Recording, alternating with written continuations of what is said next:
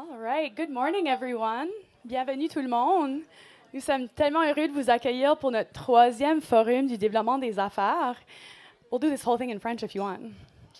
There's still some seats out front for those having. Yeah, same over here. There's Yeah. some seats up here as well. Yeah, have a seat.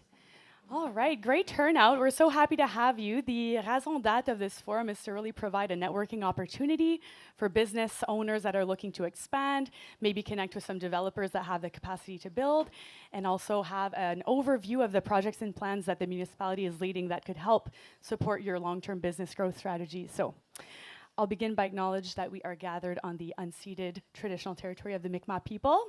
I'm Chanel Akerley, your Economic Development Manager, and I'm joined by Yet Long Murphy, our business expert for the town. We'll be your MCs for today. Thank you, Chanel. Our objective today is to deliver a genuine educational experience. This forum is designed with you in mind, understanding we're all here for the betterment of Riverview's business landscape. But if you're just here for the prize draw, that's valid as well. No judgment at all. So starting with a few housekeeping rules or items, the bathroom and coat racks are located down this hallway here to your right. And then in case of an emergency, there are 2 exits at the front and back of the room. Local foods are served today for lunch at this beautiful location, Spruce and Iron. And Anik is over there at the back. She's serving food. Anik, wave if you can. If you like the space and the food, please reach out to her. She'd love to, help you coordinate something and book you for your next event. All right. So I also want to mention that we set up a backdrop over there in the corner. It's green with our logo on it. That's meant to do selfies. So if you guys make a connection with someone and you want to share it on LinkedIn or social media, please do tag us at Town of Riverview and we can share it as well. And we have a photographer here today, and we're going to be posting some of her photos on our Facebook page in an album. So make sure you check that out as well after the event. Exactly. So if you see Isa in the back there coming around, swallow your last bite of sandwich so that your LinkedIn posts look good. All right. So to give you an idea of how today is going to go, we're going to start with opening remarks from the mayor. He's going to present all the plans and projects that happened since our last forum. Lots of familiar faces. We'll also have a municipal plan overview by Jennifer Dillon and zoning bylaw. And we'll also have an immigration trends update so that you can see kind of the demographic breakdown for your future client and tenant base. So we're hoping that this inspires you, or at the very least gives you a 90-minute break from emails. So without further ado, we'll give a warm caffeinated welcome to Mayor LeBlanc.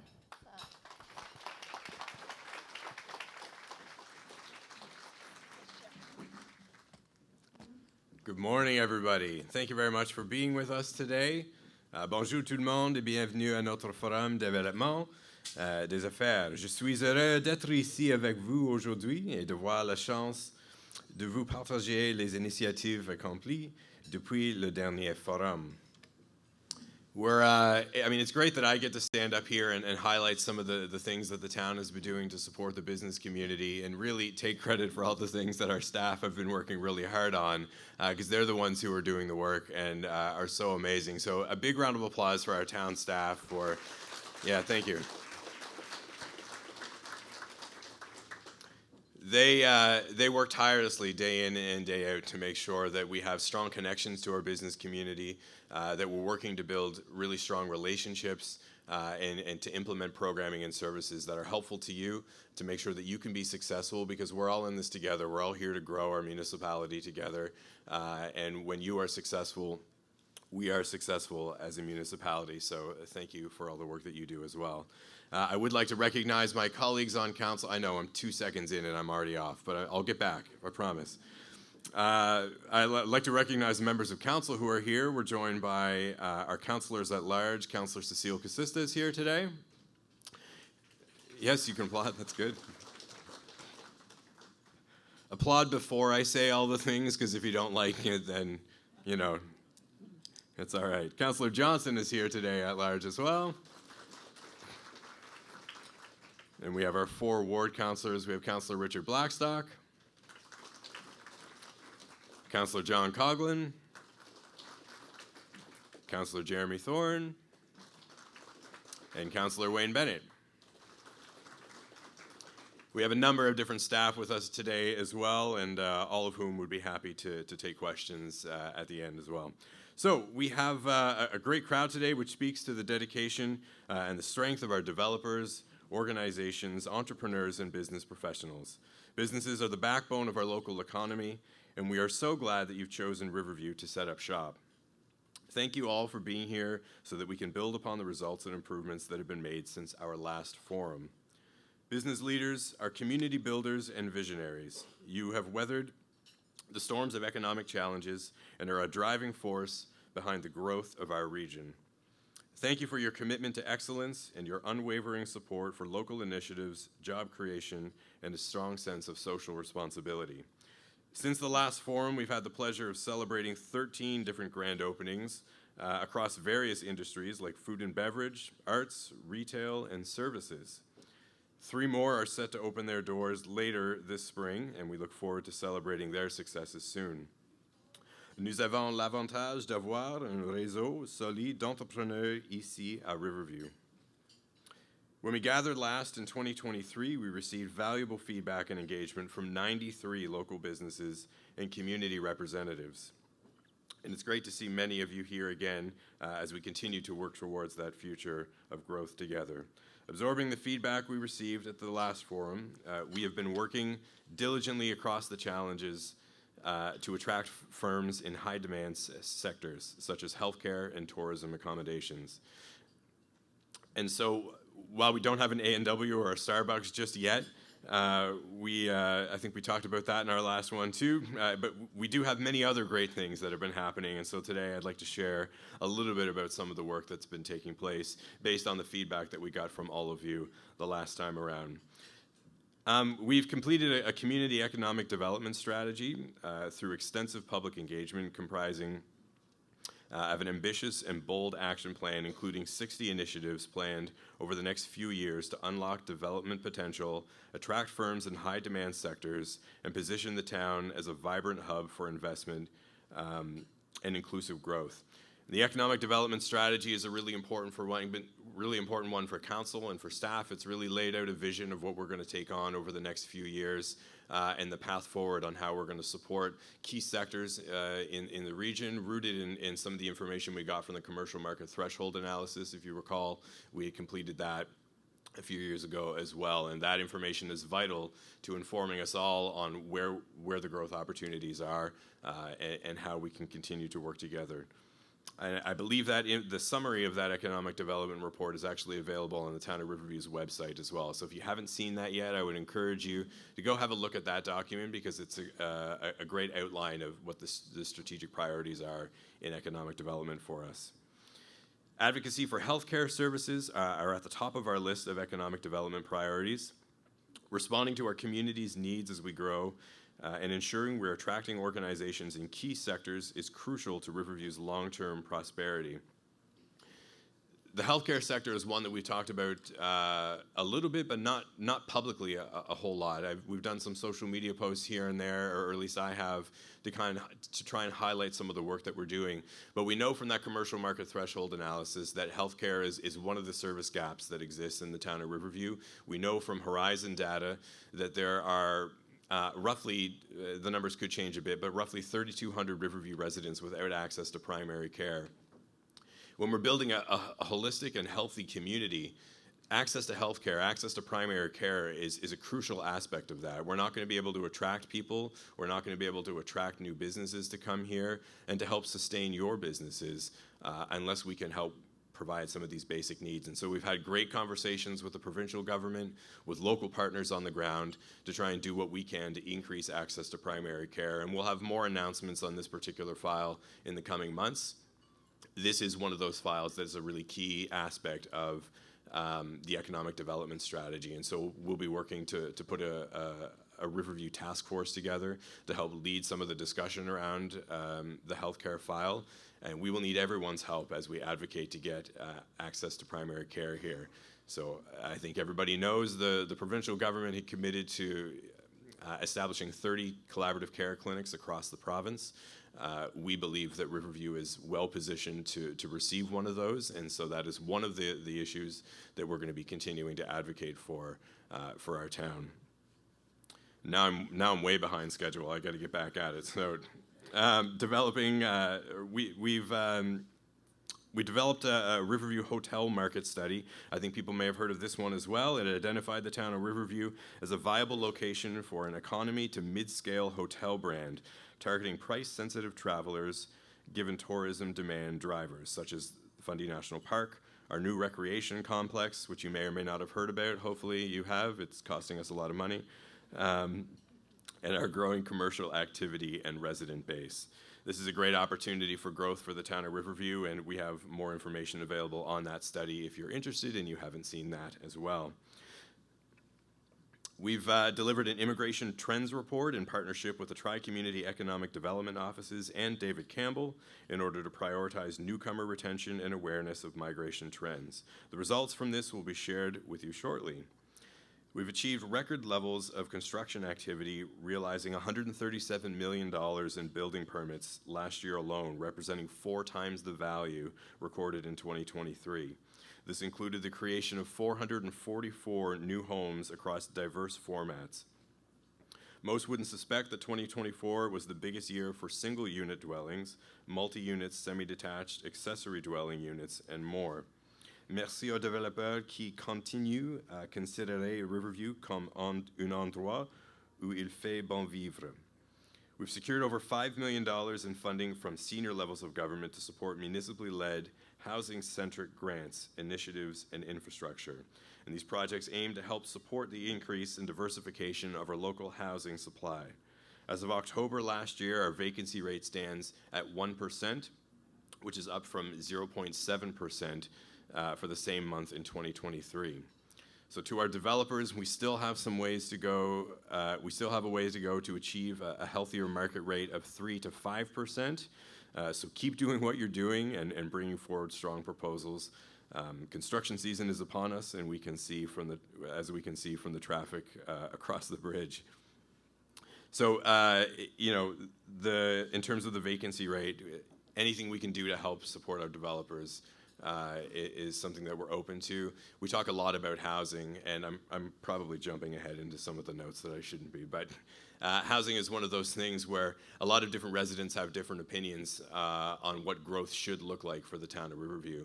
But I think at the end of the day, what's really important is that we need growth. We need to be able to sustain our municipality, and we need to make sure that we have whatever we can to welcome new folks into our town and to provide housing options for people who might want to downsize and retire and stay in Riverview, or for young couples who are looking for their first home and maybe they can't afford to purchase, and so they need rental options. We're trying to diversify the housing typologies in the town of Riverview so that Riverview is a welcoming and inclusive community for absolutely everybody, and that doesn't happen without the support of developers and without the folks like yourselves. So thank you very much for that.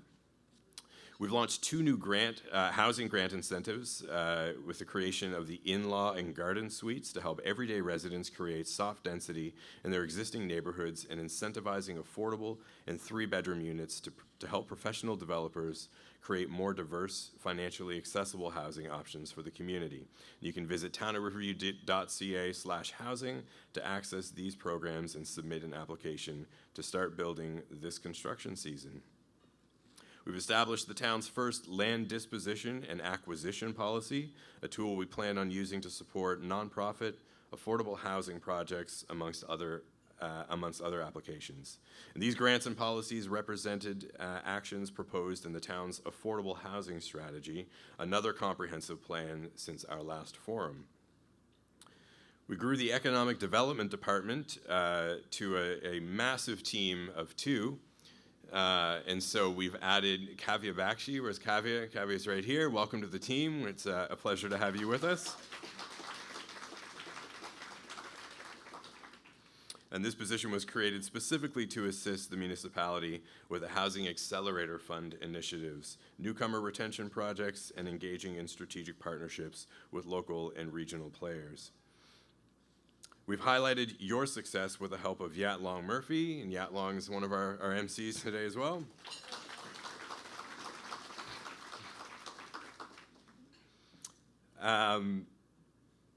And so Yat Long is our business engagement expert, and she provides a number of different resources and support services to local businesses.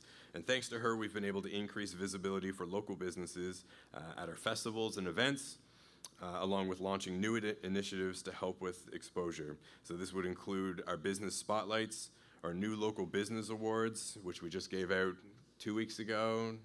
Time's blending together. Which is a great way for us to recognize the amazing contributions of our local business owners, and assisting in the promotion of grand openings and anniversary celebrations, which is my favorite because I'm a politician and I like a good photo op. The engagement that we've gotten from residents with our business spotlights alone has been a true testament to the level of quality, loyalty, and service that is true across the board with Riverview entrepreneurs. We've improved active and public transportation.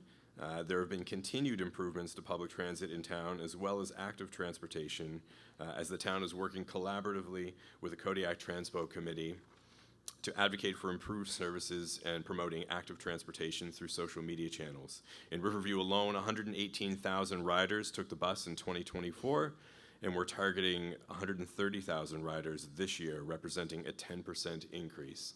The town of Riverview also completed a transportation master plan, so we're looking at ways that we can enhance our infrastructure around public transit, enhance the routes that we're providing, so that we can make this the best service possible, not only to support the residents within our town who need to travel, but also to make sure we can bring people in as well. There's lots of work happening regionally on transportation too, with the Southeast Regional Service Commission, and I'll give them a shout out because they're working on a number of different regional files. And they're playing an instrumental role in some of these discussions as well. So there's lots to come from the transportation side of things. We broke ground on the Riverview Recreation Complex, which was a major win for the town to ensure to become a major economic driver. We've always talked about this project as being a catalyst for growth, both commercially and residentially for the town of Riverview. This asset is going to be particularly key when we talk about things like the hotel study and what options exist for getting different housing options around there, attracting people into Riverview, and what does that mean for a tourism strategy. We launched the Driftscape application, a tourism and business tool used to highlight local firms that participate in the town's 40-plus annual festivals, events, and programs.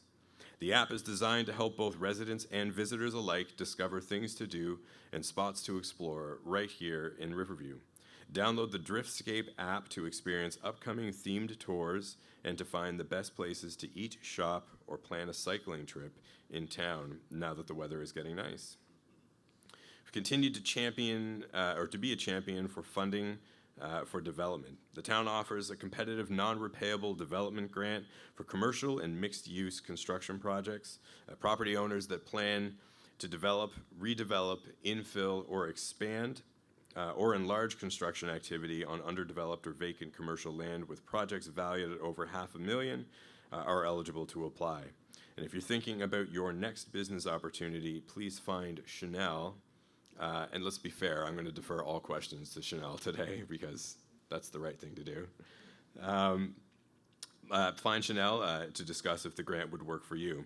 And at the same time, we're also exploring support mechanisms for small and medium enterprises to diversify our business support offerings. And stay tuned for more announcements on that one. So these are just a few of the highlights exemplifying the town's commitment to supporting Riverview businesses and developers. If you have any ideas on further initiatives or ways that the town can support, I would encourage you to speak with Yat Long, Chanel, or myself, and we would love to hear any of those ideas. We also have all of council at the front table, so you can talk to any of them too, and they'd be happy to listen to you as well. Networking at events like this is one of the greatest parts of the job. I'm hoping that today is a great session for everyone. I'm hoping you take a lot out of today's session. We look forward to hearing about some of the things that you're working on, the ways that we can help support you. Because at the heart of our community is a sense of belonging and pride that we share with our neighbors and fellow business leaders. And so I want to thank you for being here today. I want to thank our staff team for all the work that went into planning an event like this. I think we can all agree there's no question that the town of Riverview continues to grow, continues to evolve. And like I said at the beginning, we're all in this one together. Riverview has, despite all of this growth, maintained the small town feel that our residents really love. There's a value set, there's a community connectivity related to all of that. People like the fact that they feel like they're living in a smaller community, when in fact, and this is my usual talking point, we are the 5th largest municipality in the province of New Brunswick. There are 4 cities who are smaller than the town of Riverview. And despite all of the growth that we've had, we've managed to protect the connectivity, the relationships, and the small town feel. And that's in no small part because of the people in this room. And so I want to thank you for making Riverview such a great place to live, work, and play. We couldn't do this without you, and we're happy to chat later on if you have further questions, and I think we have a Q&A scheduled later too. So thank you very much, and enjoy the rest of the day.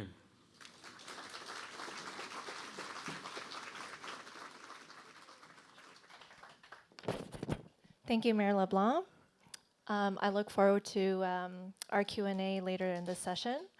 So now joining us virtually from Europe this time, it is my pleasure, with the help of my colleague, to introduce our next presenter, a thought leader in economics and the president of Jupia Consultants, Mr. David Campbell. That's right. David Campbell has 25 years of experience in immigration trends and economics, and we're happy to welcome here today on the virtual stage from Europe. David Campbell. Thank you, Chanel and Yat Long, for that introduction. Welcome to the 2025 Riverview Business Forum, hosted here at the impressive Spruce and Iron at the Moncton Golf Club.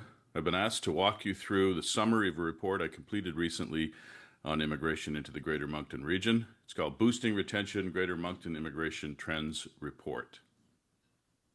So the mandate of the report was that it was commissioned by the City of Moncton, the City of Dieppe, and the Town of Riverview to develop an updated immigration trends report based on the most recent data from the Federal Department of Immigration, Refugees, and Citizenship Canada, or IRCC, Statistics Canada, and other sources. The report covers a variety of data, including the demographic profile of new immigrants and international students. It also reviews recent trends against the targets set in the Greater Moncton Immigration Strategy 2020 to 2024.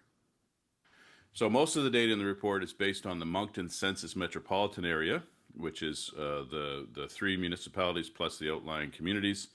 There is some data at the municipality level, and we'll talk a little bit about that, but most of the report is based on the Moncton CMA. So the first theme I'll talk about is business trends here in Riverview. So this has little to do with immigration directly, but of course we have to have population growth and workforce to support business growth. So as of June 2024, there were 368 employer business establishments in Riverview, and that's actually down slightly by just 5 since June of 2019. So we've seen a slight decline in the number of business establishments. If you look at industries that are seeing an increase in the number of business establishments, we have 9 more childcare service providers now than we did in 2019, 5 more companies in IT services. There's several in the construction sector. And then on professional services, we've seen 3 more legal services offices set up. There's been net growth in legal services between 2019 and 2024, and then 3 additional firms in other professional, scientific, and technical services. If you look at the industries where we've seen a decrease in the number of employer establishments, for whatever reason, there are now 6 less physicians' offices registered with Statistics Canada.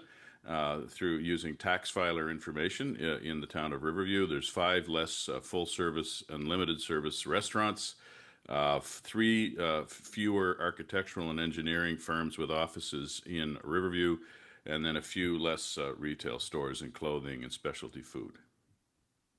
Now, if you look at population trends, the trajectory continues to be very strong. Between July 1 of 2023 and June 30th of 2024, the metropolitan area here in Moncton increased by 5.3%. That's extremely robust. It's the second fastest population growth among all CMAs across the country. The city of Moncton's population increased by 7%, the city of Dieppe by 6%, and the town of Riverview by 2.1% over that period. We do not have data after July 1 of 2024, but we do have, using the labor force survey, we have an estimate of the population aged 15 and older. And if you look at that data between March of last year and March of this year, again, the population growth has been robust. The population aged 15 plus, according to that survey, rose by 7,000 or 4.5%, again, over the 12-month period between March and March of last year and this year. So this is specific to the town of Riverview. So the town of Riverview has added nearly 1,000 people to its population in the past 2 years. That's a historical growth in the town's population. You can see the annual growth by number here going back to 2002. But going back as far as I can reach into the historical data, Riverview has an unprecedented population growth now in the last couple of years, adding about 1,000 people to the population. If you look at workforce trends, the Moncton metropolitan area workforce expanded by 5.3% from March of last year to March of this year. There were 5,300 more in the workforce compared to last year. So that's, again, very robust growth in the number of people active in the workforce. And the unemployment rate actually went down from 6% this time last year to 5.4% this year. Immigrants have been a huge part of the growth in the workforce. In fact, they have accounted for all net growth in the workforce in the last 8 years. There's approximately now 13,000 immigrants or permanent residents or Canadian citizens that were not born in Canada active in the Moncton CMA workforce. That's about 12% of the total as of March 2025. There's another 2,000 to 3,000 on postgraduate work permits. And again, nearly half of all individuals on postgraduate work permits across the entire province are here in the Greater Moncton area. There's another 3,000 to 4,000 temporary workers here on other types of work permits. So that's about 17% of all workers, or 1 out of every 6 people that's working in the Moncton area, the CMA workforce, is actually either an immigrant or a temporary worker. So that's a very, very significant part now of the workforce here in our community. This chart just shows you the share of work permit holders under postgraduate employment in New Brunswick. And again, as I indicated earlier, about half of those are in Moncton, only 16% in Fredericton, and 17% in St. John, and the rest distributed around the province. If you look at permanent resident admissions, so those are the individuals that are granted permanent residency in Canada, so they're not temporary anymore, and they are on a pathway to permanent citizenship. There are about 7,000 added to or admitted to the Moncton CMA in 2024. Again, a record number by a wide margin. It's up 40% over 2023 and up 260% since 2019. In 2024, the Moncton CMA attracted 46% of all permanent resident admissions to the entire province. And as I mentioned earlier, had the second highest rate of permanent resident admissions in the country among CMAs and CAs. The fastest growing group of permanent resident admissions is between the ages of 15 and 29. And then the largest share, it continues to be 30 to 44, which would indicate really we're attracting, on a permanent basis, we're attracting a lot of families because of that growth in the young workforce and the 30 to 44 age group. So if you break that down by community, and I will say this is what's called the community of intended destination. So as we all know, when an individual comes to the community here, they decide where to live on a variety of factors, such as access to housing or proximity to schools or proximity to work. But when you look at where permanent residents say they are intending to live, about 6,000 said the city of Moncton, 900 said the city of Dieppe, and about 200 said the town of Riverview, or about 400 in the past couple of years. And in Shediac, it was about 300. And again, that's where they intended to live. Many move around once they arrive here. So this is just sort of stating that what I said earlier, this is the top 10 jurisdictions for permanent resident admissions adjusted for population size. So a smaller community in Alberta called Brooks had by far the highest immigration rate. They brought in a lot of workers for the meatpacking industry and other industries. But again, there is the Moncton CMA second with 385 PR admissions per 10,000 workers. And I just want to point out that Summerside, Edmundston, Brandon, Winkler, these are all small places, relatively speaking, nationally. And so my concern, and has been a concern for quite some time now, is that the federal government changes or reduction in permanent resident admissions across the country could end up hurting these areas more than the larger cities across the country. This is just a few more stats related to permanent resident admissions. We have the detailed data on this from 2023. The 2024 data has not been published yet.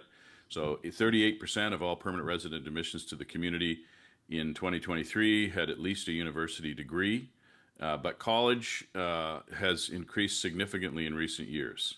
So the number with a non-university diploma or a certificate, so that's a college or trades or related, increased by 5 times or fivefold between 2018 and 2023. There's also a very large share with a master's degree, or a relatively large share at 435 people with a master's degree or higher were admitted as permanent residents to the Moncton region in 2023. And as continuing a trend, the number of PR admissions from different countries continues to rise. We have PR admissions now from 71 different countries in 2024. India is now the top country with just over 1,000 in 2023. Morocco, Cameroon, Algeria ranking second, third, and fourth. And 4 of the top 10 countries for PR admissions are French-speaking countries. If we look at international students, there were 4,275 permits issued in 2023. That's a 51% increase over the previous year. So very, very strong growth in the number of students studying here at the high school, college, and university level. In fact, there were more international study permits issued in the Moncton area than St. John and Fredericton combined. In 2023, study permits were issued to over 1,700 people who reported speaking both official languages, or 40% of the student population. And the number of middle school or high school study permits has increased by 60%. So we are seeing strong growth in the number of young people that are coming here to study at the high school level, which is interesting. They become future feedstock for living here and moving here permanently. College enrollment, as I indicated earlier, up 263% over 5 years. Along with the rapid rise in study permits issued, there has been a shift in the source countries. So in 2018, the top country for international students was China. By 2023, the top sources were Nigeria, India, Algeria, and the Philippines. So this is just a trend year over year. And again, we don't have this data just yet for 2024, but we're seeing a steep increase. Now, of course, for those of you that are following the media on this, most of the post-secondary education institutions in the region are reporting either stagnant or even declining enrollment, international enrollment in the college and university sector in our region as a result of federal government changes announced last year. So that's a real risk to the talent pipeline as we look to the future. And that's just the breakdown again, showing the other communities across New Brunswick. So what about retention? One of the things we want to do is we want to increase the retention of permanent residents that are admitted to our community. And those numbers are improving slightly in recent years. So this data is lagged a bit because it is based on income tax filing. So Stats Canada determines if you filed your taxes in Moncton in 2022 and then in 2023 you filed them from Oshawa, that you are an immigrant that has moved from one part of the country to the other. And looking at that data, the 1-year retention rate, so people that arrived in 2022 and still filed their taxes in the Moncton area in 2023, that was 71%. The 2-year retention rate was 59%. The 3-year retention rate was 50%. And the 4-year retention rate was 48%. Now, of course, we're never going to get to 100% or even close to 100%. Labor mobility is a feature, not a bug, of the Canadian population. But we would like to see those numbers higher than 50% in the longer term. So if we look at the retention rate by category, family-sponsored immigrants have the highest retention rate. In 2022, it was 74%, and that was actually down slightly from the previous year, but still the highest level of retention is those folks that are brought here under family class immigration. Economic immigrants, 58%. Provincial nominees, those newcomers that come through the provincial nominee program, 62% of retention rate.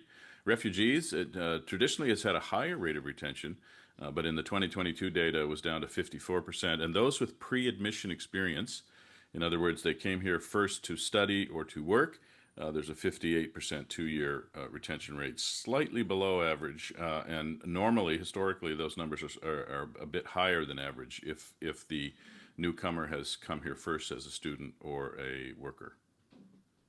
This is how the 3-year retention rate compares to the other major urban centers. in Atlantic Canada. So Halifax has the highest retention rate at 62%. Moncton is second at 59%, followed by Fredericton, St. John's, and St. John, New Brunswick. So if you look at the immigration strategy, so that this strategy I helped prepare back for the 2020 and 20 to 2024 period, it had a number of themes. So the permanent resident stretch target for 2024 was that we would attract 3,500 immigrants. So that was the stretch target. So we had a target range, and the stretch target was 3,500, and we actually attracted more than double that, over 7,000. So there's not a lot of great insight into why that is the case. I've talked to folks at the provincial government. The reality is there was just a real flood of people that came here that were on work permits and then received their PR in the last year based on being located in our community. It's not 100% sure how many of those will stay in the community. Again, many of them came from Ontario under the belief that they could accelerate their permanent resident status or quickly go from work permit to permanent resident by locating in this community, and not 100% sure why that is. But at the end of the day, we had double the target, and of course that does put a lot of pressure on public services, on housing and other factors in our community. The French-speaking target was 33%, and from 2023, 39% of all permanent resident admissions were French-speaking. The international students target for 2024, and this is post-secondary only. The data I showed you earlier included high school and middle school students. So there were 3,175 post-secondary education study permits issued in 2024, and that was above or considerably above the target for 2024. And then the one-year retention target of 85%, we did not hit that target. We were down actually, as indicated earlier, to 71%.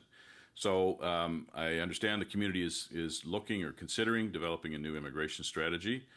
May want to revise some of these targets over the next few years based on what we've seen historically in the last few years. So thanks for listening. I just want to conclude by saying, with all reports such as this, the minute the report is completed, you have new data emerging. So the reality is, since I prepared most of the data in this report, we have seen some changes. The federal changes to immigration and international student levels has impacted this region. If you look at the first 2 or 3 months of 2025, permanent resident admissions are down slightly compared to last year. Across the province, they're down by over 30%. So we are seeing a decline in the number of permanent resident admissions province-wide. Population growth in the first quarter of 2025 was the lowest it's been since the onset of the pandemic. So we are seeing a softening in population growth province-wide. And of course, as I mentioned earlier, province-wide, we are seeing a decline in the number of international student enrollments. And that's actually leading to some post-secondary providers, such as the New Brunswick Community College, canceling programs or reducing program delivery because of the decline in the number of students. So the changes that have been made are having very specific impacts, negative impacts, I believe, here in our province, and that will ultimately trickle down here to the greater Moncton area. So I appreciate you taking the time to listen to this presentation, and you can certainly talk to Chanel or others about this report or about any information specific to Riverview. Enjoy the rest of the summit. All right. Thank you for your attention to David's presentation. Most of you in this room have firsthand success stories of hiring newcomers and understand that population and workforce growth are crucial to business development. So for your benefit, we will be emailing the presentation and materials to all of you in the coming days. But if you have any questions that you'd like to ask David, you can email me or Chanel. Our business cards are right in the front on the registration table. Yeah, and I don't know about you yet, Long, but I was glad to hear that there's 9 new childcare service openings since 2019 and 7 more in the contractor construction business. So lots of growth on the business side and lots of work yet to be done, as the mayor mentioned, in crucial sectors like healthcare. But with that growth mindset, we also need our plans to kind of reflect those evolving trends and those new demographics. And so without further ado, I'm going to invite Jen from Dillon Consulting to present our municipal plan and zoning bylaw updates. But before I hand it over, I would just like to acknowledge our municipal plan committee that's in the room. So this is a committee made up of 7 community members. If you're part of it, wave. Ryan, that's you. 4 staff, 1 councillor, Casista, and a facilitator, and it's chaired by our former mayor, Ann Siemens, who's here today. So they do a great work, and without further ado, we'll pass it on to Jen.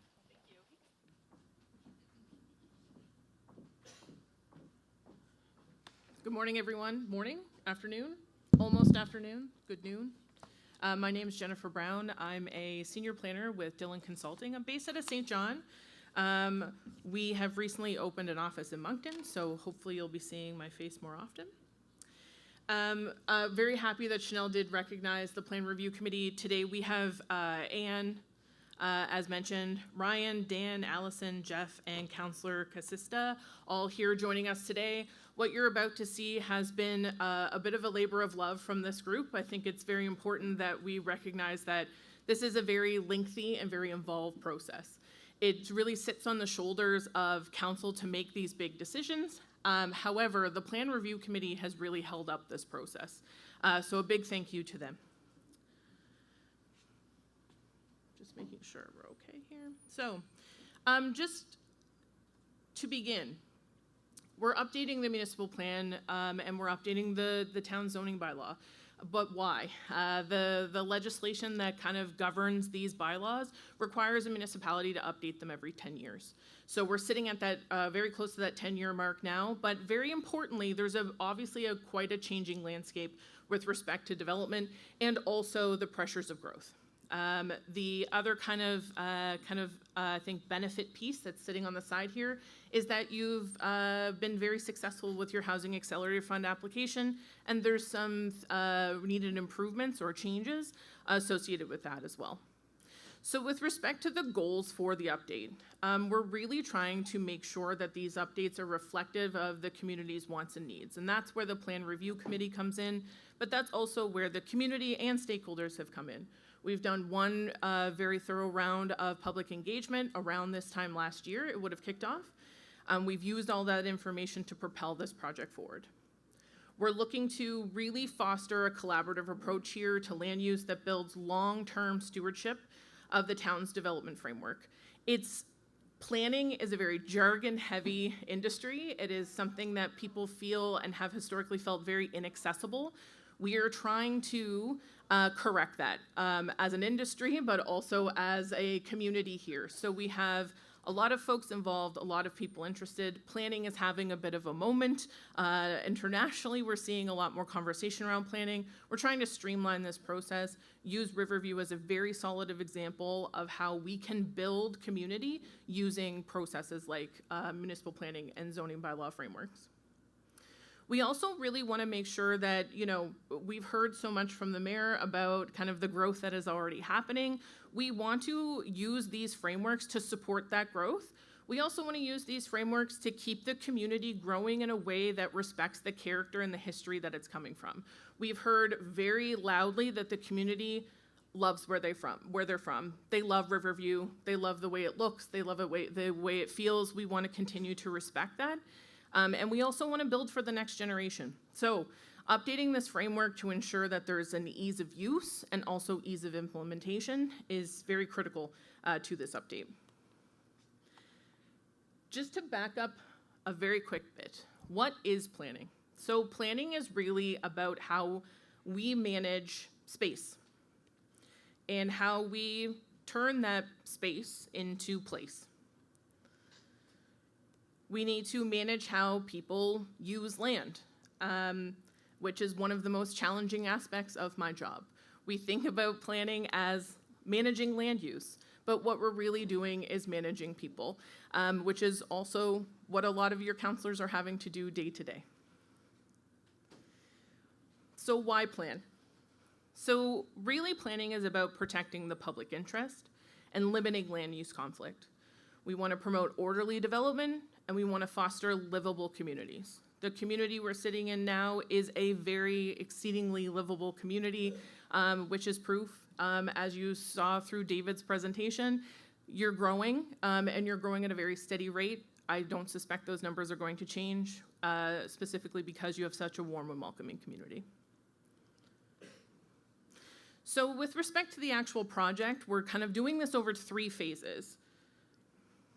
We've started with building capacity, where we're really introducing the concepts of what a land use framework is, introducing what a municipal plan can do and what a zoning bylaw can do, also introducing the plan review committee to these concepts and getting that feedback from them, also getting feedback from the public and stakeholders. We've just wrapped up drafting the municipal plan, where we're vetting essentially major policy approaches with your plan review committee, presenting major policy approaches to council, and outlining those regulation changes that will come out of those policy changes. We're right kind of smack dab in the middle of drafting the zoning bylaw. So we're looking to complete a zoning bylaw draft. We're also looking to get that draft vetted by both the plan review committee and staff in preparation for bringing it back out into the community, and then bringing it through the council process. The intention here is that we have this back out into the community and through council process before the end of the year. So you'll start seeing kind of flirting out messages of how to be involved again, how to look through this information, how to get involved, and how to provide feedback. What I'm going to go through with you today is kind of the 4 big proposed moves. So we've got some rather healthy changes being proposed through this process. One of the big changes here is height, and really looking at how to, again, maintain the traditional character of Riverview, while kind of, being more friendly to or kind of responsive to development trends. We're looking at a low-rise residential framework that establishes those built-up residential neighborhoods and subdivisions that we kind of think of when we think of Riverview. We're looking at keeping those around 2 stories. When we move into a mid-rise residential framework, we're trying to locate those kind of higher density uses that typically would fit in about an 8-story or less. We're trying to fit those along arterial and collector streets, matching increased height with increased infrastructure. The mixed use and town center type zones or areas, we're again locating them along stronger infrastructure, meaning kind of around that Finley Boulevard area. We're looking at 8 stories in that mixed use area, but then concentrating some allowances for increased height in the town center area. I'll give you an example of what town center here is in a second. So when we look at what that means in terms of mixed use, in terms of town center, in terms of where those increased heights would be targeted for, we're looking at the biggest height, kind of where your most central area is in town. We took the plan review committee through an exercise trying to locate what you feel is your downtown, how it's going to infill, and we've come up with this area circled in yellow here. This is where we're also looking at some allowances for increased height around the 10-story mark. Other areas, these mixed-use areas have already been established, where the biggest kind of red circle here is around Finley Avenue, where you have kind of that big box type development with the potential to ring around it with more higher density uses, allowing for larger height. To go along with this, we're also looking at making sure that the character that's established here in Riverview is also protected, and we can do that through setbacks from lower density, lower rise development. So we're very simply, what we're proposing is the taller the building, the larger the setback. So when we have kind of these, this is becoming a more popular discussion through council processes, we're trying to ensure that there's some friendliness on the development side while still maintaining the character of the community, which I will continue to say over and over again. The character of the community, though, is very important. It's why people are moving in. So we want to maintain that look and feel of Riverview. This allows us to do that. You're going to hear a lot about 4 units as of right if you haven't already. Moncton has gone through this process. Fredericton has gone through this process, as has St. John. We've learned quite a bit of lesson through each of those municipalities as we move through. What we're looking for here is, again, the town has already kind of done some baby steps towards an approach that allows for a general integration of dwelling units into these established neighborhoods. What we're looking here in terms of an updated approach is really to increase the flexibility in established residential subdivisions for both accessory and secondary dwelling units as well as garden suites. We want to create a framework that minimizes visual character impacts in these established residential subdivisions. We should not, as we drive down the street, really know visually if there's a secondary unit or a garden suite on that property. We really want to make sure it's integrated in and that there is very limited impact to the neighborhoods. So what does this look like? When we think of accessory buildings in Riverview, accessory dwelling units, this is what we're thinking. Big shout out to the city of Fredericton here who created these visuals, which have been very helpful with staff review and with plan review committee review for understanding how these units could possibly be integrated into each and every neighborhood here in Riverview. So what you're seeing here is basement apartments. What you're seeing here is secondary apartments kind of converted into existing buildings or attached to kind of the rear of buildings through renovation. When we talk about garden suites, we're looking, making sure I'm on the right slide. When we're thinking about garden suites, we are talking about a detached unit that's either in the side or the rear yard of a residential lot. This could be something like a residential unit on top of a garage, or it could be a self-contained unit in the backyard. What we're trying to do here, and the question will kind of be, well, what are the kind of additional regulations here? We're looking at size specifically. These are intended to be secondary to a main use. So we are really trying to capture a smaller unit while also allowing for some flexibility to create more units faster. It is very reasonable to think that we can get some dwelling units on the market if we allow flexibility like this.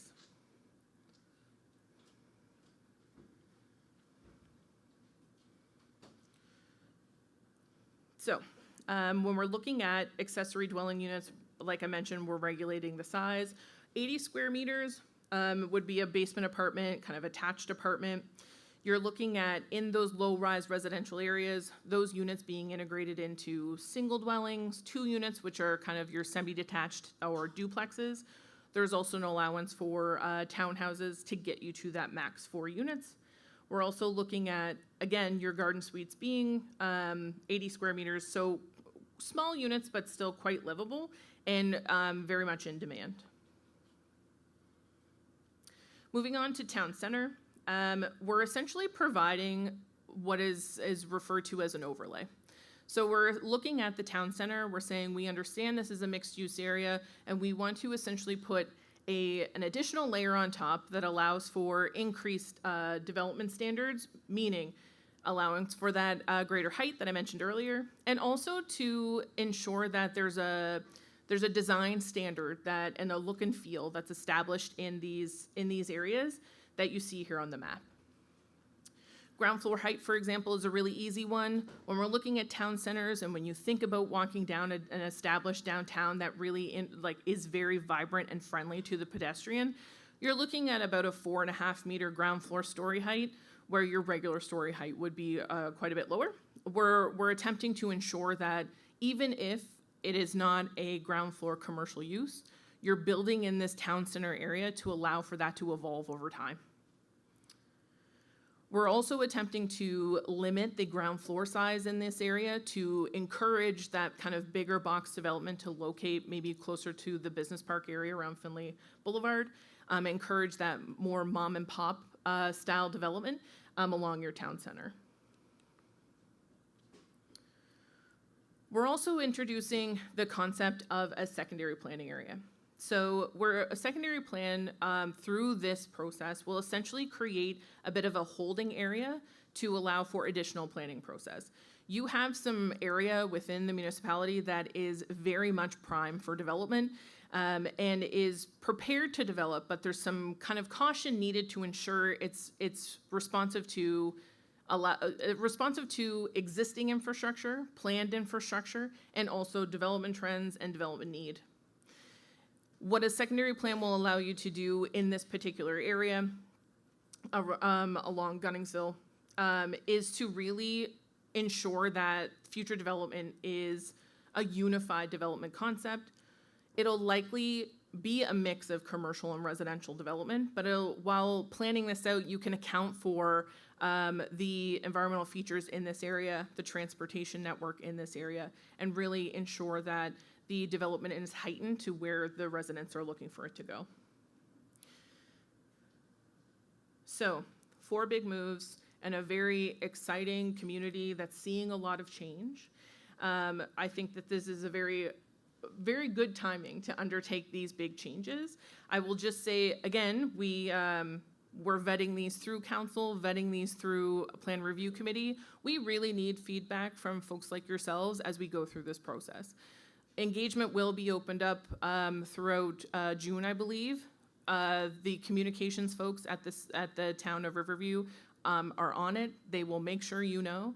And we really would appreciate getting that feedback on some of these concepts as we kind of refine them and as they evolve so that they can be very responsive to what the community needs. Thank you.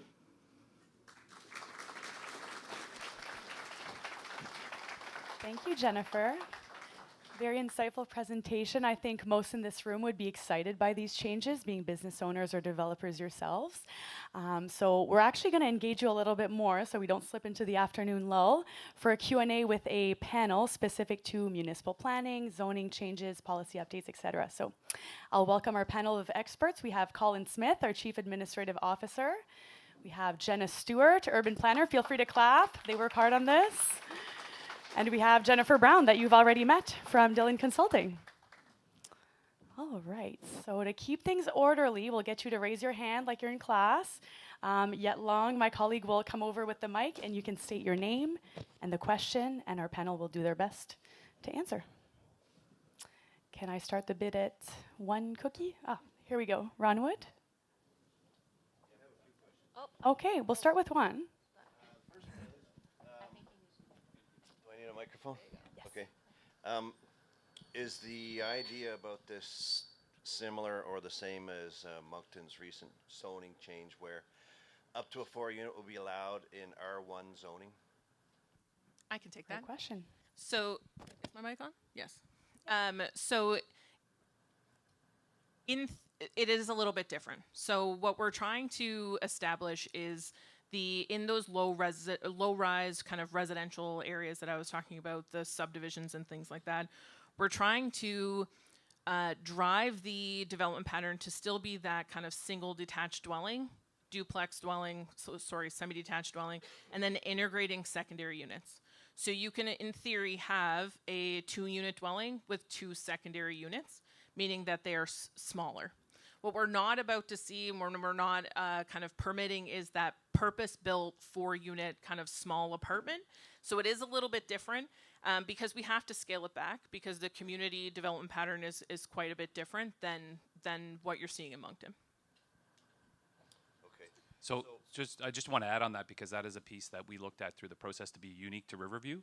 And it's actually something that's been feedback from the development community as well because the way it's being targeted is a bit of a strategy on the whole affordability piece is we're hearing from developers who are saying, you know, we have people who are struggling to be able to afford the semi, but if they had an apartment, that would allow them to afford it. So that was kind of the strategy that came out of that process, which was direct feedback by a number of developers through the process when we went to it.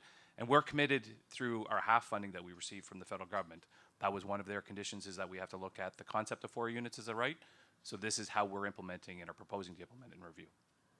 Right. So it won't require an application for a variance to put a 4-unit. It's going to be as of right. So if it's done similar to Moncton, what their plan is to let's just say Centennial Place over by Jones Lake. If a house burns down and somebody wants to put a 4-unit there, they can. They're going to be limited to the design. Will have to have 2 doors on the front for 2 units, and then maybe 2 doors on the side of the building or 2 doors on the back of the building. So, and they're going to allow in the backyard parking and paving the backyard and so on. So it's not really in character with the Centennial Place neighborhood, but they outright said they are going to get permits for that, so nobody's gonna be able to prevent it. So I just can't see on Fairway Boulevard, for example, backing on the golf course here, that if you're gonna allow 4 units, providing the design meets, then I don't think it keeps in character with Riverview's development and single-family housing. Yep. Because these things do happen where developers see the opportunity to buy 2 small bungalows and I can put up 8 units just like that, and I can get, I don't know, $1,500 to $2,000 per unit, upwards of $100,000 a year out of 1 4-unit building, and makes it very profitable, but not very R1 residential. So, and the next question though is there money behind this from the federal government that is encouraging this kind of development to happen in Riverview? Because in Moncton there was $15 million that they had to approve it, or they didn't get the $15 million. So the town of Riverview received $4.9 million through the Housing Accelerator Fund program. So, and that was one of the conditions, is that we look at 4 units as a right. Now, I think again, the point we're saying is that what we're proposing is not the model that you just suggested that would happen in Moncton. Ours would be slightly different in that example, where someone may purchase a home on Fairway and see an opportunity to convert an apartment or build a garden suite, or an apartment and a garden suite, but it would still fit with the character of that neighborhood, because it is not a complete renovation of the building that changes the nature of what the building looks like. And I think that's what Jennifer explained through the process. So we have been watching what every other community's been doing, and so Summerside did it slightly different, Fredericton's doing it different, Moncton's doing it different. So we tried to pick a plan that says this will be the model that can work in Riverview. Understood, but the in Fredericton, one of the requirements that the people tried to have incorporated was that you had to live in the house for at least 12 months before you converted it into a 4-unit. And it was said that the federal government incentives could not come to Fredericton unless it was as of right. And if there's money going to be coming here after this gets approved, which it probably will be, it's as of right. So if somebody on Fairway wants to build a 4-unit, I don't believe anybody's going to be able to say no. So there's some of that I can answer to, and some of it is, we can speculate what may happen, but we can't be certain. What I can answer though is there's a couple things. One of the secondary suite or accessory dwelling unit, as it's defined in the concept, the requirement is that it's owner occupied. So if you want a secondary suite, you have to be the owner of the dwelling unit that is being kind of constructing that secondary That's suite. what you're proposing here? That's what we're proposing here. In Moncton, The other, it's not that way. right. So like Colin said, we are absolutely not doing what Moncton has done. We're taking lessons learned from the Moncton approach, taking lessons learned from City of St. John, City of Fredericton approach, and trying to, again, scale it more appropriately while still meeting the requirement of the Housing Accelerator Fund to ensure that the municipality is still eligible for those funds. And I think what we've proposed is it checks the box that the federal government is requiring, while also ensuring that character is maintained. What we're attempting to do with those kind of the 4 units, as you're saying, it's 2 main dwellings, but the secondary suites must be 80 square meters or below. So we're really looking at we're not looking at kind of introducing 3-unit dwellings. We're not introducing 4 3-bedroom apartments. We're introducing 2 main dwellings with those secondary options. I know, but is it a 4-unit as of right? So you get to 4 dwelling units, but it is not. There is a scale here that we're attempting to hit, like I said, while still trying to get that 4 units as of right, which is a requirement of the Housing Accelerator Fund. But how we're doing it is ensuring that 2 of those 4 units are at quite a smaller scale. It also lines up with the demand that you're seeing through the community. It aligns with the aging in place, an age-friendly community, and aligns with kind of the trend towards downsizing. We need those smaller units on the market. There's a large demand for those. So maybe another couple of questions, but I think we'll allow other people to ask a question, and if there's time, we'll come back to you, Ron. That Sure, work? sure. Awesome. Okay, can I get another question for our expert panel? Right, going to, oh, there we go, in the back.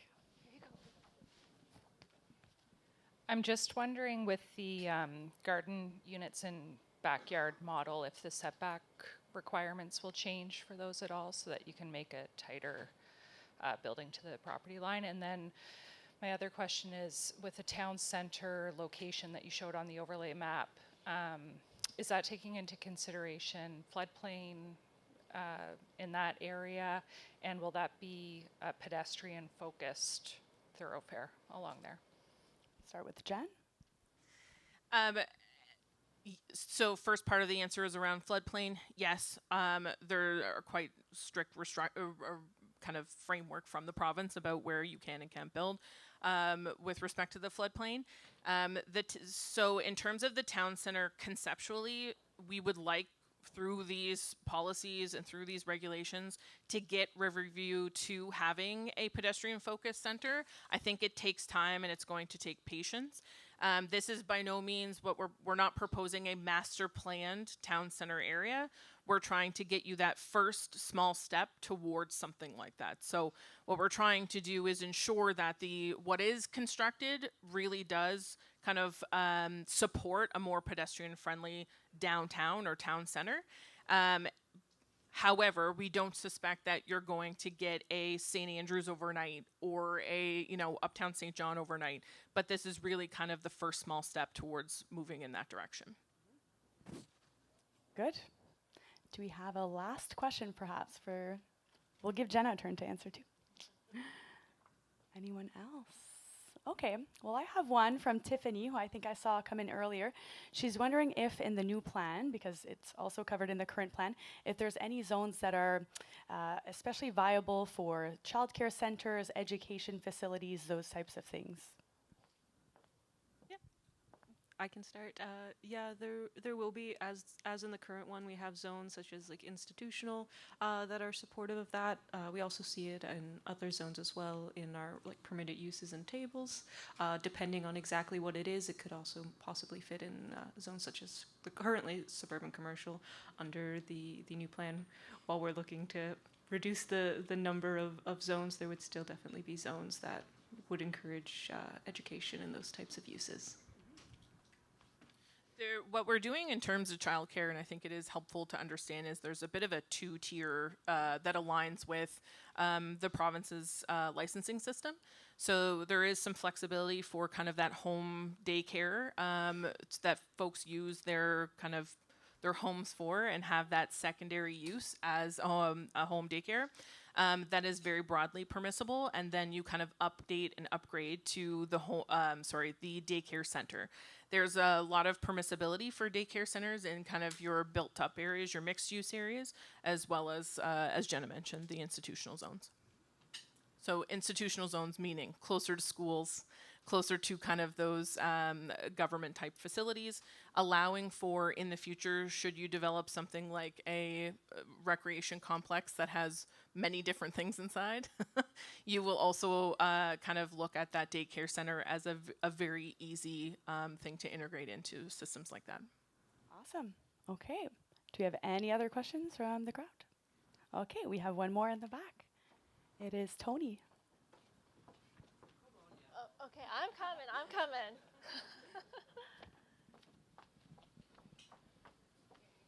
Thank you. Hi, Tony from Dents and Stones Automotive. I just wanted to ask you some questions, or a particular question regarding commercial businesses.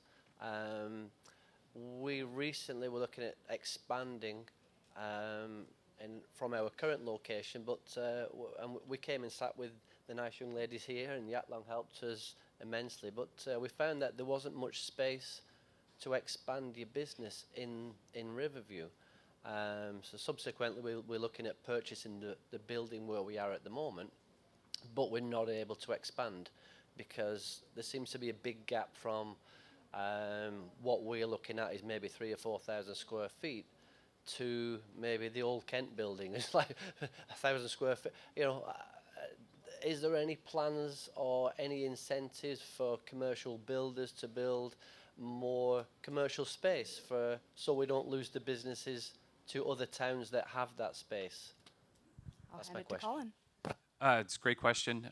So obviously there's a number of pieces that we look at there. Obviously, when we did the commercial market threshold analysis, it was one tool that we used that tells the business community and development community what's the potential out there, what's the market availability for those things, as well as when you bring things forward to yet long as you're looking at expansion or looking at opportunities, like the developers in the room, we would have probably passed on that information because then they have to see the business opportunity of maybe, pick Kent as a great example. Yes. Maybe someone purchases that and converts it into 5 or 6 smaller units, but they're bigger units for the existing businesses here, right? So we're always trying to make those connections and create that alignment with those things that we know because we want those businesses that are here to remain. So what are those opportunities? So it's hard for the town to just create the buildings. It's trying to create those connections is what we try to do.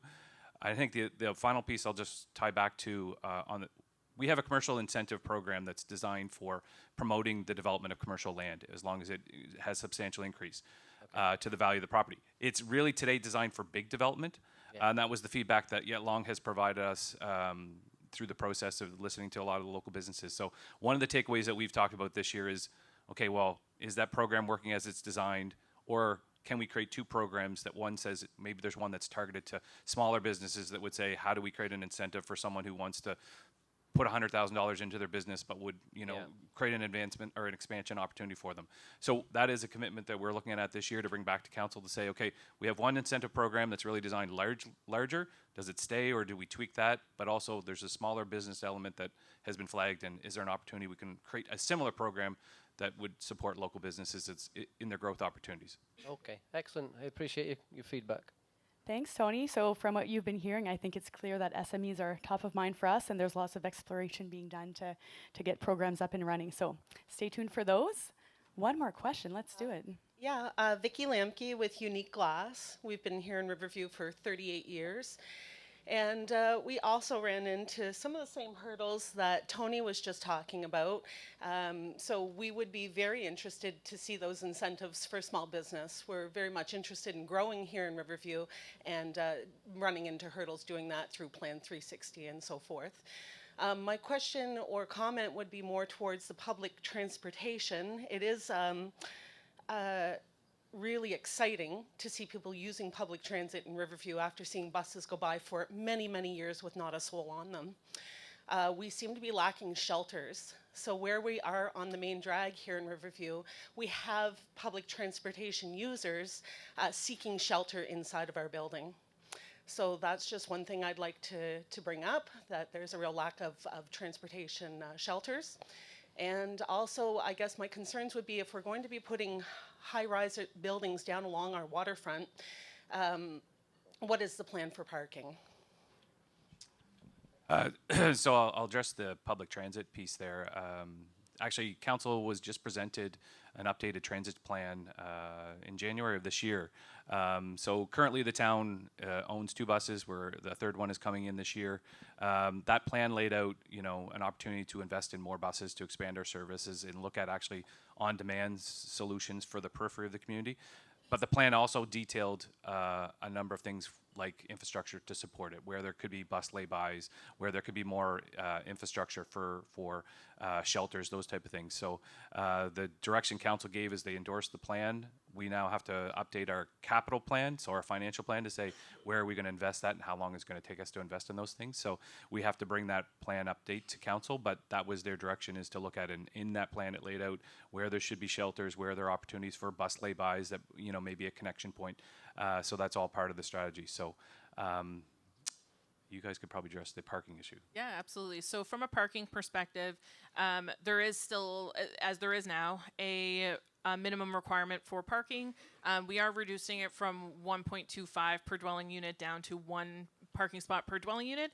In the downtown area, the request is going to be that parking be accommodated, not in the front yard. So again, trying to infill in that area closer to the street to create a more kind of dynamic downtown area. Any developer who's building anything, there will be requirement to have 1 parking spot per unit. There is some conversation around reducing that for something like affordable units. We understand that as you're trying to incentivize more transit use, that the parking requirements become a bit more flexible. But right now we are looking at that 1 per unit.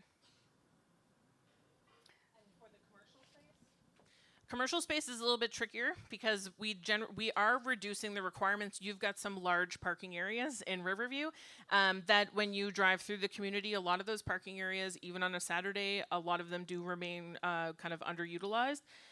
We're sticking kind of very similarly to what there is now, but there is a bit of a percentage reduction. And it is aligned usually with your square footage. So use and square footage rather than just square footage. So if you're doing something that's more along the lines of, for example, you likely have a very large footprint that stores a lot of material.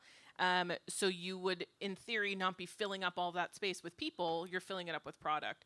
So the requirement for parking would be less for you than, say, a retail use of the same scale.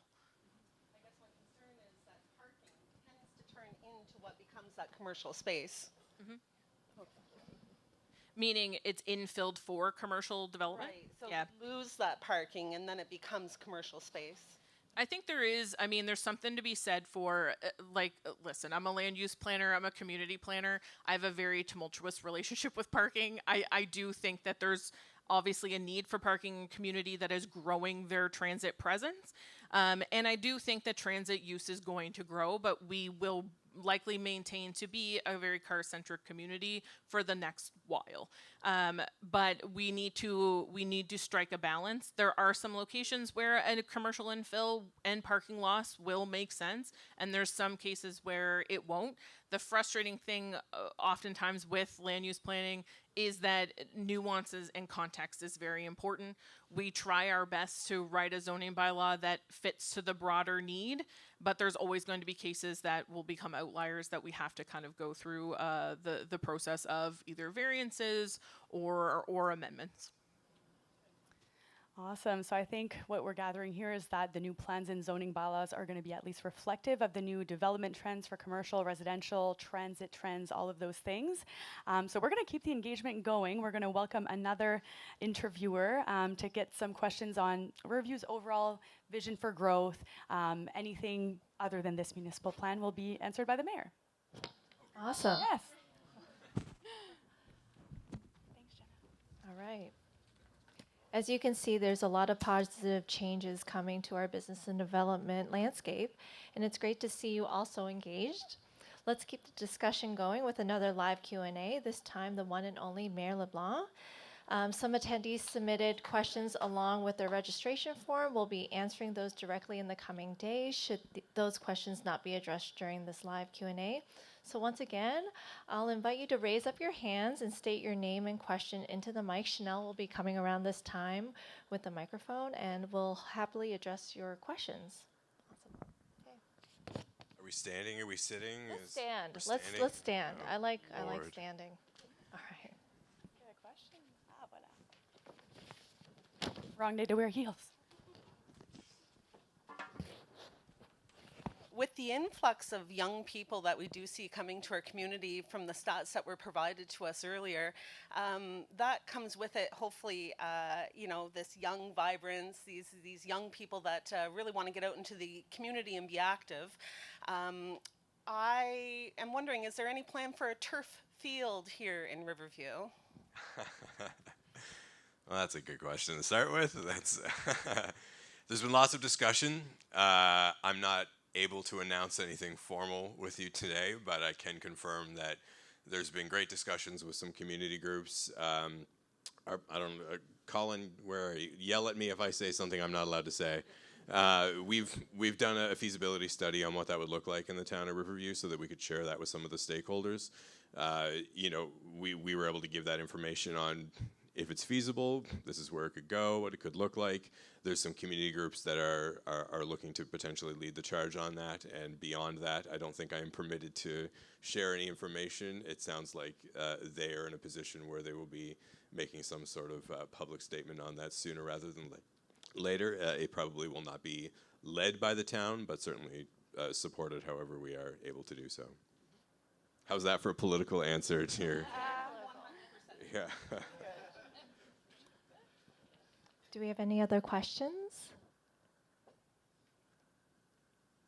Okay, I actually have some here, and these were submitted ahead of time. So Aaron Nielsen from Aaron's Coffee House wanted to know, What are grants or support systems available to businesses in Riverview?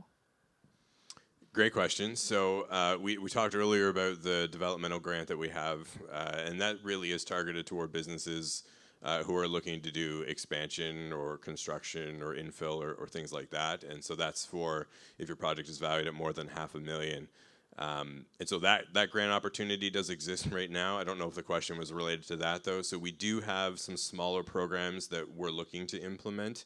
And so we don't have the details ready to release on that, but we recognize that not everybody is looking to do a $500,000 plus project, and we need to have more programs available for that. So that's something that our staff team is looking to implement. And we should have some sort of announcement or rollout on that. I'm getting the nod from Chanel that I'm not saying a lie right now. So we should have more information on that coming forward as well. We do. It depends on the project that businesses are looking at too. Like we've had the sustainability micro grants that we offer. We've had some businesses that have been able to tap into things like bike racks for their business to support active transportation.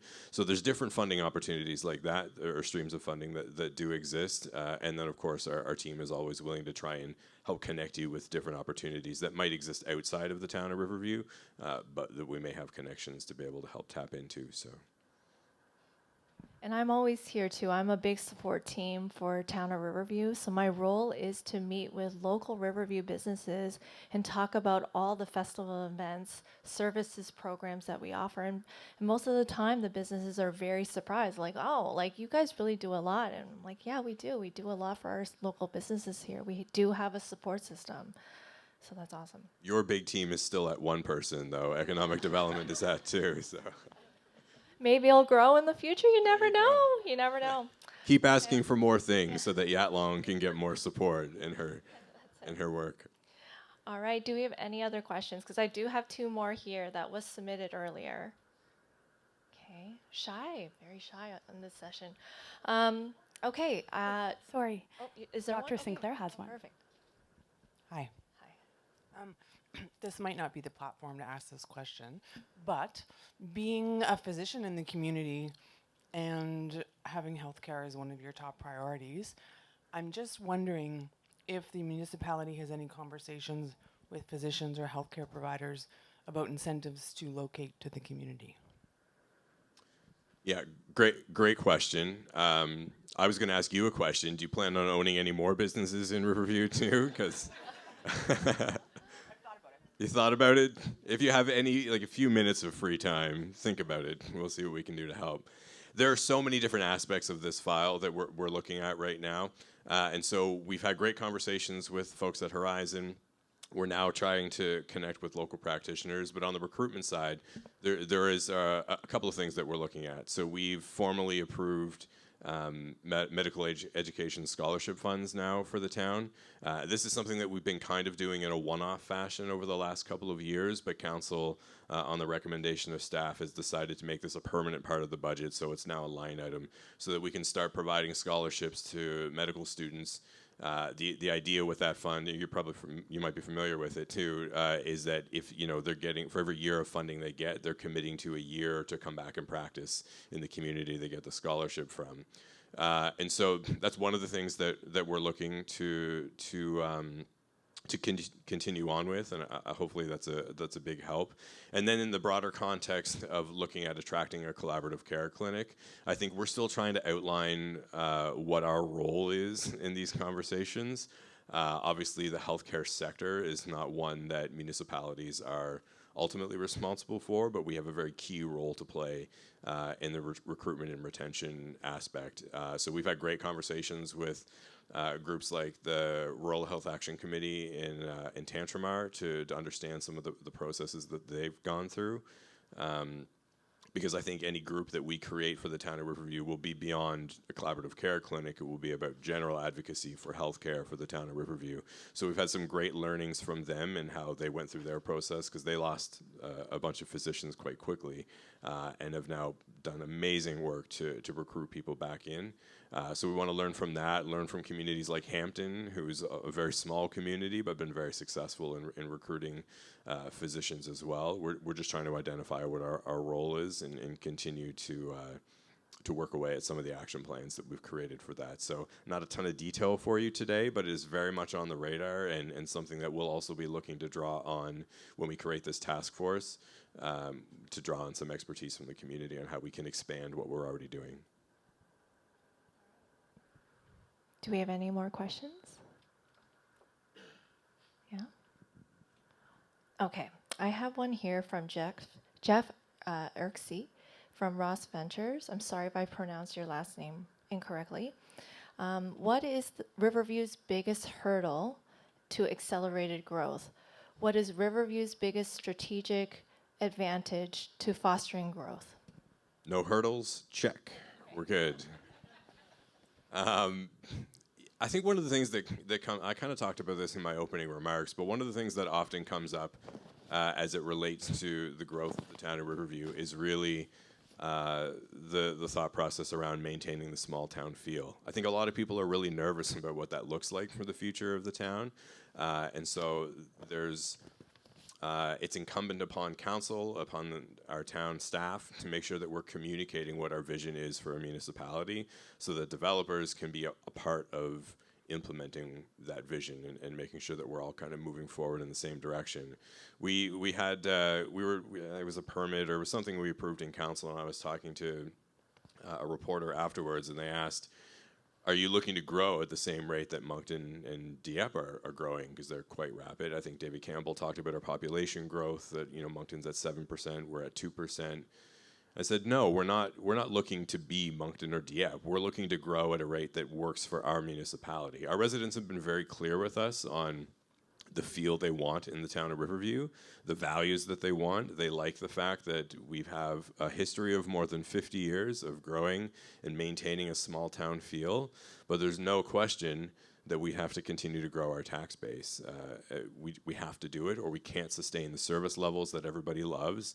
We want to continue to say that we have the best plowed streets in the wintertime. Right now, we can make that claim. I would like to continue to make that claim, but we can only do that if we sustain our tax base. And so getting people to understand the need for growth versus wanting to stay small town forever, that's one of the bigger challenges that we faced as a municipality, I think. There's no other challenges than that. Other than that, but that's probably one of the bigger ones. And so as we're working with you as developers to support you and to try and see growth in the town of Riverview, we want to make sure that our vision for what Riverview looks like in the next 50 years is really clear so that we can be on the same page. And it comes through events like this. It comes through you sharing your feedback with us. We want to know where can we improve in the development process. Is the red tape we can cut? Can we make things easier? And we're always going to look at that lens or look at these discussions with a lens of, is it in line with what our residents are telling us? And so that's one of the bigger challenges. I think in terms of opportunity, there is a lot of opportunity for growth. One of the strengths of choosing to come and to work with Riverview, we've done two things, I guess. We've done a lot of work on studies and gathering information and reports to try and make it easier for you. So if you're a developer who's interested in building a hotel, we've done the business case for you. We have the hotel study, it's already there. We've done the commercial market threshold analysis, so we've identified where the key sector gaps for you so that you can start using that information to maybe grow and expand your business as well. Same thing with housing needs. So we've done a lot of work to build up all the necessary information so that we can better equip you. It could be secondary plans. Going back to the turf field, we did that feasibility study as well. We want to make sure that we're equipping people with the information they need so that it's as easy as possible to come in and do something in the town of Riverview. There is also a lot of availability of land, and it's not municipally owned land. We actually don't have a huge stock, but that's why we put in that policy that council recently approved that was brought to us from the staff for land acquisition and disposal of property and assets, so that we want to be strategic about acquiring a particular parcel of land because we want to use it for the healthcare sector and use it to have a clinic brought in. We want to be strategic in how we're doing those things, and so there's a ton of opportunity here. Having an event like this where you can connect with the landowners and developers to give you a chance to understand who you need to talk to, and of course our whole team is willing to support those conversations as well. I think that's great too. So lots of opportunity, still some challenges just around our communication on why growth is important and why we need it. That's great. Thank you. I think we have time for one more question. I have one here. It's from Victor Shea, the CEO of Atlantic Baptist Housing. What is the town's plan to address the need for affordable housing options for seniors in Riverview and surrounding area?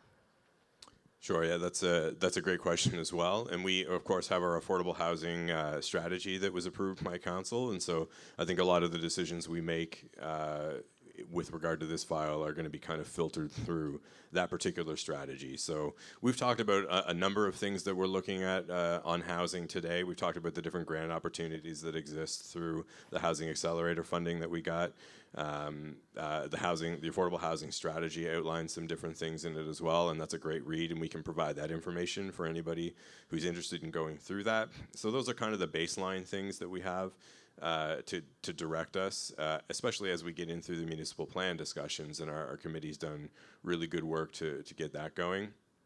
The affordable housing conversation is always a challenging one because affordable housing is such a huge umbrella, and we always lump every single housing issue under the term affordable housing, and it's just not accurate. We want to make sure that regardless of where you are socioeconomically, you have an opportunity to live and thrive in the town of Riverview. We want to make sure that whether it's townhouses, apartments, semi-detached, single-detached, you have the availability to raise your family, retire, to have a life that is really high quality here in the town of Riverview. And so I don't necessarily, to the question, have we're going to issue a grant to go to affordable housing. We do recognize that the nonprofit sector is going to be very instrumental in looking at some of these affordable options. And so we're open to partnerships, we're open to collaborations there. We want to continue to have those conversations because I think that's probably the path we're heading on when it comes down to creating more affordable options, not just for people who are here now, but for attracting more folks. We're building a lot. There's a lot of great growth happening in Riverview, and we are still not pacing where we need to with the housing demands that are out there. And so the doors are wide open for us. We're looking for any opportunity we can. Thank you. You're welcome. All right. Okay, so I think that really concludes our Q&A. Thank you, Mayor LeBlanc. And it's been a pleasure taking your questions, okay, Long. Thank you. Thank you. And everybody else. Yeah. Thank you very much. All right.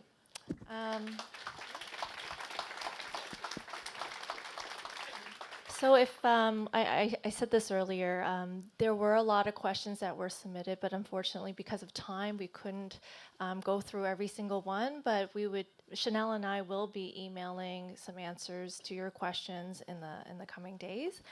And now for some lighthearted fun, we're going to draw the 2 special Town of Riverview prizes.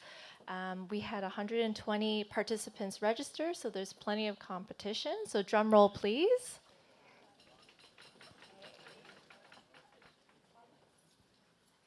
And then when we draw your winning number, please come over here. Our students here will have your prizes, and they'll take down your name and telephone number. All right.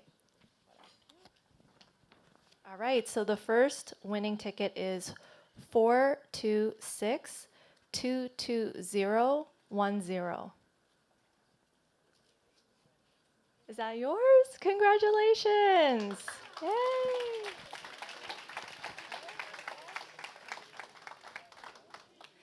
All right, and the second winning number is 426-21985. Congratulations, Tony. All right, come on up.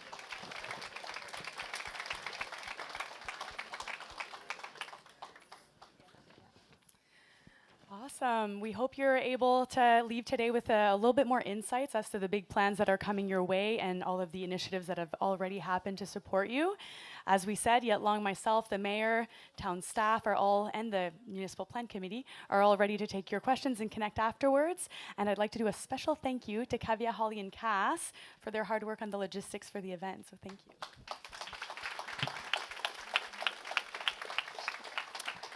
All right, and I just have one final plug-in. We'd like to invite you to invite everyone here to the upcoming Business After Hours networking event.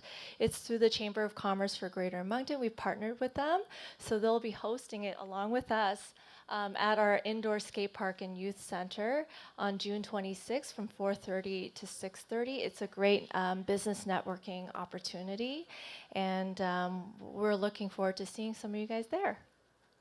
Awesome. And there's also a QR code there. So if you take a picture or scan it, it'll go to CCGM's registration platform. Awesome. Merci. Thank you very much.